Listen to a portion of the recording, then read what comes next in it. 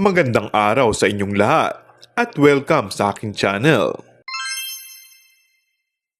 Para sa mga Kimpo fans, ay may forever talaga sa kanilang idolo. Agaw pansin sa mga fans ang bagong tattoo umano ng kanilang idolo na si Paolo Abilino. Hindi lamang ito simpleng tattoo, kundi dahil pangalan di umano to ng aktres na si Kimberly Suyap. Nagpatato si Paolo sa kanyang gilid ng middle finger na may word na umano na Kimberly. Say ng mga fans, talagang ipinagsisigawan naman ni Paolo kung gaano nito kamahal at feeling lucky na sa aktres na si Kim Chiu. Sinasabing matagal nang may relasyon ng aktres at ang aktor na magsama sa isang programa.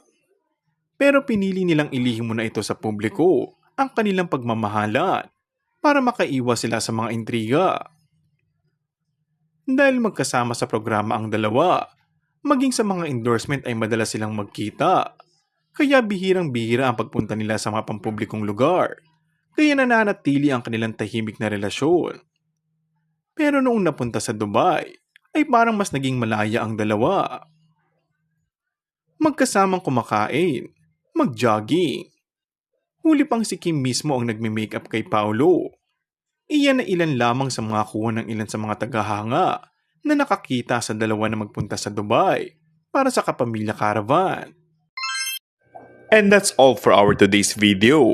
Kung bago ka lang sa aking channel ay mag-subscribe at pindutin na rin ang notification bell. Maraming salamat!